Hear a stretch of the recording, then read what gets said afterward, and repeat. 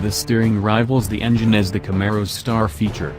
The fat Alcantara-trimmed wheel feels heavy, but every bump and contour of the road is passed through it outstandingly, and the ZL1 can be placed with an accuracy that belies the savagery of its performance. The ZL1 1.3 is much more hardcore and, away from its natural track habitat, much more of a handful. The track-biased suspension loses the compliance of the regular ZL1, even in what is supposed to be its road settings thanks to motorsport-grade spool valve dampers which deliver every bump into the cabin unfiltered. It will be truly mighty on a circuit, but on normal roads I preferred the better compromise of the standard car. The one-less manual gearbox also illustrated the key dilemma facing ZL1 buyers: which gearbox to choose. The manual is one of the best out there, with a nicely weighted action and mechanical precision that makes it a tactile delight, but it undoubtedly carries a speed penalty over the optional auto. Under gentle use, the 10-speed torque converter box does a stellar job of taming the supercharged engine's power delivery, although at the cost of constantly shuffling between its many ratios.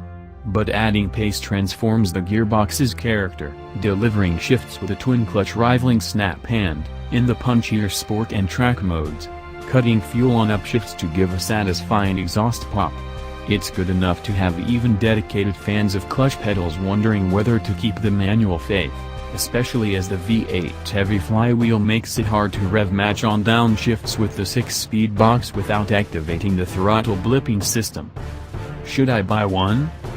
If you're reading this from the United States, or one of the few other chosen territories where GM sells the ZL1, then the answer is yes, immediately. Then gloat about your ability to enjoy what is, on a dollar per horsepower basis, probably the world's outstanding performance bargain.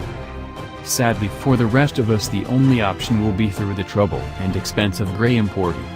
It is still possible to buy both the 2.0-liter turbo and V8 versions of the Camaro through the UK's sole official dealer, Ian Allen in Surrey, albeit in left-hand drive form, and for substantially more than a straight translation of their US prices.